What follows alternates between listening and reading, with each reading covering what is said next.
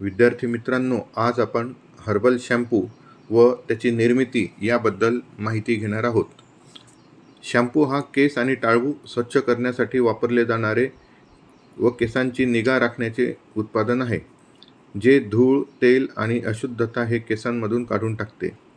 Herbal shampoo हा नैसर्गिक वनस्पती अर्क, औषधी वनस्पती आणि इसेन्शियल ऑइल्स वापरून तयार केलेला केसांची निगा राखण्याचे उत्पादन आहे, जो सौम्य स्वच्छता आणि पोषण देतो. आता आपण हर्बल शॅम्पूचे फायदे पाहूयात. हर्बल शॅम्पूचे फायदे पुढीलप्रमाणे आहेत. नैसर्गिक घटक, वनस्पती अर्क आणि इसेन्शियल ऑइल्स यांचा वापर केल्याने रासायनिक दुष्परिणाम कमी होतात. सौम्य स्वच्छता, केसांचे नैसर्गिक ओलसरपणा टिकवून ठेवून मृदू स्वच्छता करते. पोषण व मजबूती, केसांसाठी आवश्यक जीवनसत्त्वे आणि पोषक द्रव्ये प्रदान करतो.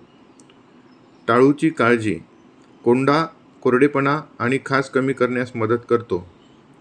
पर्यावरणपूरक, हानिकारक रसायनांपासून मुक्त आणि जैवविघटनशील आहे. हर्बल शॅम्पूची कार्ये पुढीलप्रमाणे आहेत. स्वच्छता, रासायनिक घटकांशिवाय धूळ, जास्त तेल आणि घाण काढून टाकतो. पोषण, केसांना आवश्यक जीवनसत्त्वे आणि खनिजे प्रदान करतो. टाळूची काळजी, खाज, कोरडेपणा आणि कोंडा कमी करण्यास मदत करतो. मजबूती, केसांच्या मुळांना बळकटी देतो आणि गळती कमी करतो. ओलसरता, केसांचे नैसर्गिक ओलसरपणा टिकवून ठेवतो. केसांची वाढ, नैसर्गिक औषधी वनस्पतींमुळे केसांच्या वाढीस चालना देतो. हानी व दुरुस्ती, प्रदूषण, उष्णता आणि स्टायलिंग उत्पादनांमुळे झालेले नुकसान दुरुस्त करतो. आता आपण हर्बल शॅम्पूमध्ये असणाऱ्या आवश्यक गुणधर्मांविषयी माहिती घेऊया. हर्बल शॅम्पूचे आवश्यक गुणधर्म याप्रमाणे आहेत. सौम्य आणि कोमल, खाज किंवा कोरडेपणा निर्माण करू नये. नैसर्गिक घटक, सल्फेट, पॅराबेन्स आणि कृत्रिम सुगंधांपासून तो मुक्त असावा. उत्तम फेस निर्माण, मऊ आणि गुळगुळीत फेस तयार करून चांगली स्वच्छता करणारा असावा. सुखद सुगंध, नैसर्गिक वनस्पतींमधून मिळणारा ताजेतवाना सुगंध त्यामध्ये असावा. नॉन टॉक्सिक आणि पर्यावरणपूरक, जैवविघटनशील आणि पर्यावरणास सुरक्षित असा हा हर्बल शॅम्पू असावा. हर्बल शॅम्पूची निर्मिती करताना सामान्यपणे पुढीलप्रमाणे सूत्रीकरण पद्धती ही अवलंबिली जाते. यामध्ये काही विशिष्ट टप्पे पाळले जातात, जे उत्पादनाला स्थिर, प्रभावी आणि सुरक्षित बनवतात. टप्पा 1. हर्बल घटकांची निवड. केस स्वच्छता, पोषण आणि संरक्षणासाठी उपयुक्त औषधी वनस्पती निवडल्या जातात. सामान्य हर्बल घटक: आवळा, शिकेकाई, रिठा, कडुनिंब, हिबिस्कस, ब्राह्मी यासारखे घटक वापरले जातात. टप्पा 2. सक्रिय घटकांचे अर्क काढणे. औषधी वनस्पतींचे अर्क पाण्यात, तेलात किंवा अल्कोहोलमध्ये मॅसेरेशन, डेकोक्शन किंवा इन्फ्युजन पद्धतीने काढले जातात.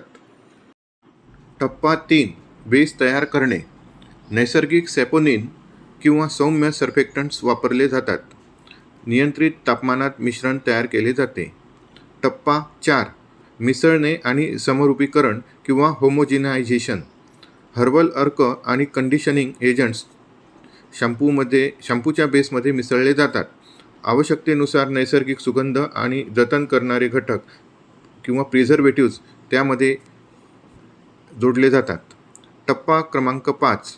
pHचे समायोजन. pH 4.5 ते 6.5 दरम्यान ठेवला जातो, जो केसांसाठी आदर्श आहे. आवळा अर्क किंवा सायट्रिक ॲसिड pH संतुलनासाठी वापरले जातात. टप्पा क्रमांक 6. घट्टपणा आणि स्थिरता राखणे. ग्वार गम, झंटन गम हे घट्टपणा वाढविण्यासाठी वापरले जातात. टप्पा क्रमांक 7. गाळणी किंवा पॅकिंग. मिश्रण गाळले जाते आणि नंतर बाटलीत भरून विक्रीसाठी सज्ज केले जाते. हर्बल शॅम्पू तयार करण्यासाठी लागणाऱ्या कच्च्या साहित्याविषयी आता माहिती घेऊया. हर्बल शॅम्पू तयार करण्यासाठी लागणारे कच्चे साहित्य. सक्रिय हर्बल घटक किंवा ॲक्टिव्ह इन्ग्रेडियंट्स. स्वच्छतेसाठी रिठा शिकेकाई, कंडिशनिंग आणि ओलावा टिकवण्यासाठी हिबिस्कस, मेथी, कोरफड, कोंडा आणि टाळूच्या निगेसाठी कडुनिंब, तुळस, टी ट्री ऑइल, केसांची वाढ वाढवण्यासाठी आवळा, भृंगराज, ब्राह्मी. सर्फेक्टंट्स किंवा फोमिंग आणि क्लिनिंग एजंट्स. नैसर्गिक सॅपोनिन जसे की रिठा शिकेकाई, सौम्य सर्फेक्टंट्स जसे डेसिल ग्लुकोसाइड, कोको ग्लुकोसाइड, जतन करणारे घटक किंवा प्रिझर्वेटिव्स. नैसर्गिक जंतुनाशक घटक यामध्ये कडुनिंब तेल, टी ट्री ऑइल यांचा समावेश होतो. सौम्य नैसर्गिक जंतुनाशके यामध्ये सोडियम बेन्झोएट किंवा पोटॅशियम सॉर्बेट यांचा उपयोग केला जातो. pH समायोजक किंवा pH ॲडजेस्टर्स यामध्ये आम्ल घटकांमध्ये आवळा अर्क किंवा सायट्रिक ॲसिड यांचा वापर केला जातो. अल्कलाईन घटक यामध्ये बेकिंग सोडा हा आवश्यकतेनुसार वापरला जातो. घट्टपणा वाढवणारे घटक किंवा थिकनिंग एजंट्स यामध्ये ग्वार गम किंवा झंटन गम यांचा उपयोग केला जातो. सुगंध आणि इसेन्शियल ऑइल्स किंवा फ्रॅग्रन्स आणि इसेन्शियल ऑइल्स यामध्ये लॅव्हेंडर तेल, रोजमेरी तेल, चंदन तेल यांचा उपयोग केला जातो. नैसर्गिक रंगद्रव्ये किंवा कलरिंग एजंट्स यामध्ये बीटरूट, हळद, हिना अर्क यांचा उपयोग केला जातो. हर्बल शॅम्पूचे मूल्यमापन हे खालील आधारावर केले जाते. 1. pH मापन.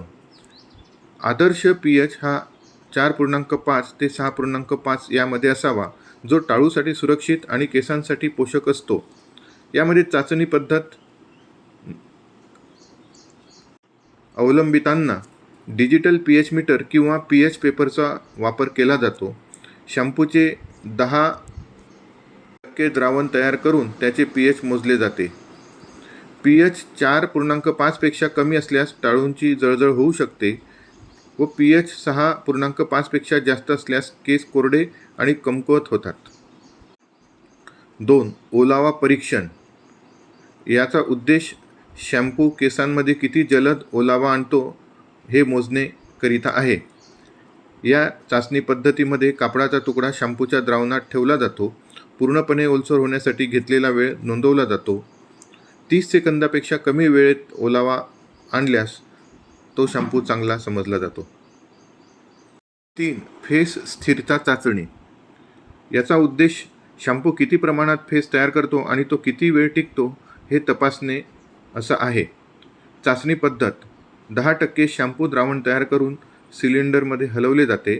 सुरुवातीला आणि 5 मिनिटांनंतर फेसची उंची ही मोजली जाते. फेस 5 मिनिटांपर्यंत टिकणे आवश्यक आहे, यामुळे उत्तम स्वच्छता मिळते. 4. घाण वितरण चाचणी किंवा डर्ट डिस्पर्शन टेस्ट. याचा उद्देश शॅम्पू घाण केसांपासून किती प्रभावीपणे दूर करतो हे तपासणे हा आहे. चाचणी पद्धत. शॅम्पूची चाचणी घेताना शॅम्पूचे काही थेंब पाण्यात आणि शाई किंवा कृत्रिम घाण असलेल्या टेस्ट ट्यूबमध्ये टाकले जातात. शाई आणि घाण पाण्यात विरघळली की नाही हे पाहिले जाते. उत्तम शॅम्पू घाण पाण्यात समान प्रमाणात वितरित करतो आणि फेसवर जमा होऊ देत नाही. खराब शॅम्पू घाण फक्त फेसांवर जमा होते, याचा अर्थ स्वच्छता योग्यरित्या होत नाही. 5. कंडिशनिंग कार्यक्षमता चाचणी किंवा कंडिशनिंग परफॉर्मन्स टेस्ट. याचा उद्देश शॅम्पू वापरल्यानंतर केस गुळगुळीत आणि व्यवस्थित राहतात की नाही हे तपासणे हा आहे. चाचणी पद्धत. शॅम्पू ओल्या केसांवर लावला जातो, स्वच्छ धुवून सुकवला जातो. त्यानंतर केसांच्या गुळगुळीतपणा, मऊपणा आणि विंचरताना सहजता ही तपासली जाते. केस मऊ, गुळगुळीत आणि विंचरताना सहज निघायला हवेत. तर विद्यार्थी मित्रांनो, आज आपण हर्बल शॅम्पू व त्याची निर्मिती याविषयी माहिती घेतली. ही माहिती आपल्याला अभ्यासाच्या दृष्टीने नक्कीच लाभदायक ठरेल अशी आशा बाळगतो व आपल्याला धन्यवाद देतो.